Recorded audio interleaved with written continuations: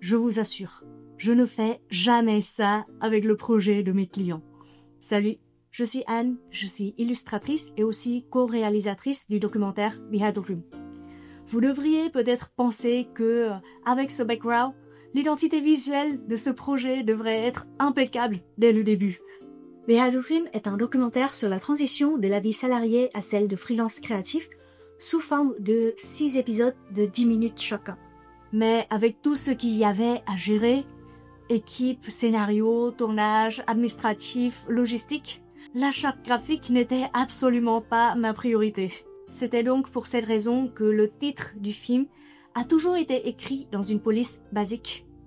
Mais Nico, mon co-auteur et co-réalisateur, ainsi que Jo, ma co-autrice et assistante réelle, ont trouvé que ce visuel du titre ne reflétait ni le côté chemin de l'histoire racontée dans le film, ni ma personnalité créative et joyeuse.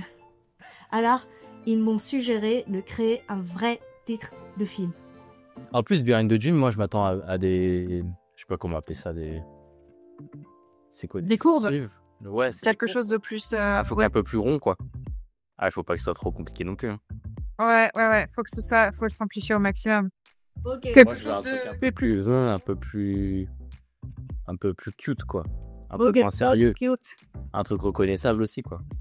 quelque chose qui correspondrait bien à ton écriture, Anne, du coup. Et il me demande s'il n'y a pas une déclinaison BTD à faire. Tu vois, tes 6 dessins. Oui. Ce sera coupé en 2 parties et il y aura des étoiles, des nuages, du soleil. Je me demande pas si ces éléments, tu peux pas les refoutre dans le logo. Oui, parce que tout le long du documentaire Behind the Film, il y aurait des séquences d'illustration, les émotions explorées durant les différents moments du film à travers mes coups de pinceau et mes actions en pleine création d'illustrations filmées lors de la phase 3 du tournage. L'idée de Jo et Nico était géniale. Sauf que cette discussion a eu lieu seulement 3 jours avant le début du tournage. Et le titre devrait déjà apparaître dans les toutes premières scènes filmées. Voilà, t'as un brief très compliqué pour un projet impossible. Je ne savais pas comment faire. J'étais à 2 doigts d'abandonner et d'affronter la déception de mes coéquipiers. Mais le hasard m'a donné du temps, d'une façon totalement inimaginable. Comme tous les tournages de chefs-d'œuvre sont remplis d'embûches, mon téléphone portable a décidé d'inaugurer le tournage en rendant l'âme.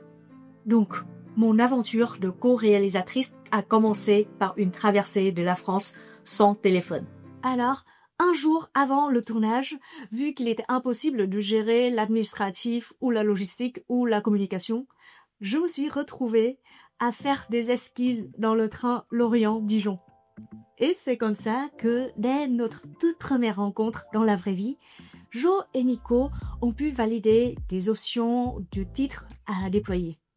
Mais ce n'était pas rassurant pour autant car le temps pressait. Alors, moins de 8 heures avant la scène où devait figurer le titre, je dessinais par terre en plein setup. Et il fallait ensuite recopier sur l'accessoire avant minuit pour assurer le temps de séchage. C'est ainsi que le logo titre de Behind the Film a vu le jour, dans un temps record. Une grande première dans ma vie de créatrice. Heureusement que Nico et Jo étaient contents. N'est-ce pas? N'est-ce pas? Si vous dites qu'ils n'avaient plus leur mot à dire, puisque c'était fini, c'était figé, alors, non. Ils se sont mis d'accord tous les deux que ce serait carrément stylé de voir le titre se dessiner sur l'écran au début du documentaire. Sauf que je n'ai aucune compétence en motion design.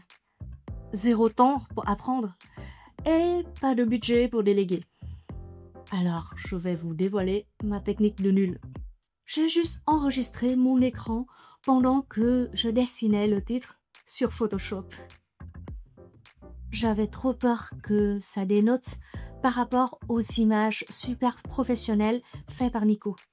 Mais au final, en réalité, je pense que ça fait ressortir le côté authentique, rugueux et sincère du chemin vers la vie rêvée. Mais honnêtement, je pense que ce n'est pas à nous d'en juger. Ce sera à vous de partager avec nous vos ressentis, car ce documentaire vous est destiné. Il est pour celles et ceux qui veulent se lancer dans une voie créative, mais qui est en manque de témoignages pour s'informer. Il est pour celles et ceux qui accompagnent un ou une proche dans ce parcours de transition et qui cherchent à mieux comprendre. Il sera aussi pour celles et ceux qui sont déjà en chemin de reconversion professionnelle vers une voie créative et qui ont tout simplement besoin de se sentir moins seuls. Alors, où en est Behind the Film aujourd'hui? On est toujours en post-production, en phase de montage, et on a rencontré un gros blocage. Pour la première fois, Nico est resté bloqué presque 8 heures sur une scène particulièrement émotionnelle. Une scène issue des séquences illustrations dont je vous ai parlé un petit peu avant.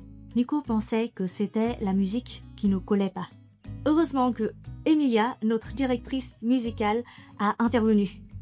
C'était la première fois qu'Emilia découvrait la scène. Et même avec la mauvaise musique, la scène faisait déjà son effet attendu. C'était super rassurant pour moi. Et pour Nico aussi.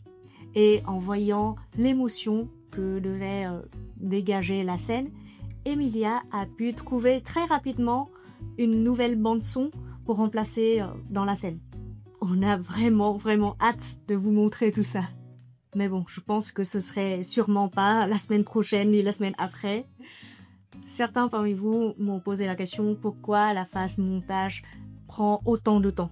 C'est vrai que c'est un travail de fourmi et sur tous les montages, y compris le montage du documentaire, les bonus et aussi ces vidéos de coulisses, on n'est plus que 2, Nico et moi, à travailler dessus. Et comme on est aussi freelance, comme le reste de l'équipe, on doit aussi jongler entre les autres missions clients pour faire tourner notre activité. Et je pense que c'est aussi ça l'essence et la force de Behind the Film, parce que c'est un peu une histoire sur la vie de freelance et qui est faite et qui est racontée par les freelances. C'est vrai que dernièrement sur YouTube, je ne parle plus que de Behind the Film. Donc si vous êtes curieux de ce que je fais en dehors de ce documentaire, ou si vous voulez des coulisses inédites, des réflexions plus profondes, plus intimes sur Behind the Film, vous pouvez vous abonner à ma newsletter mensuelle Creative Letter. Je vous dis à la prochaine. Keep creating!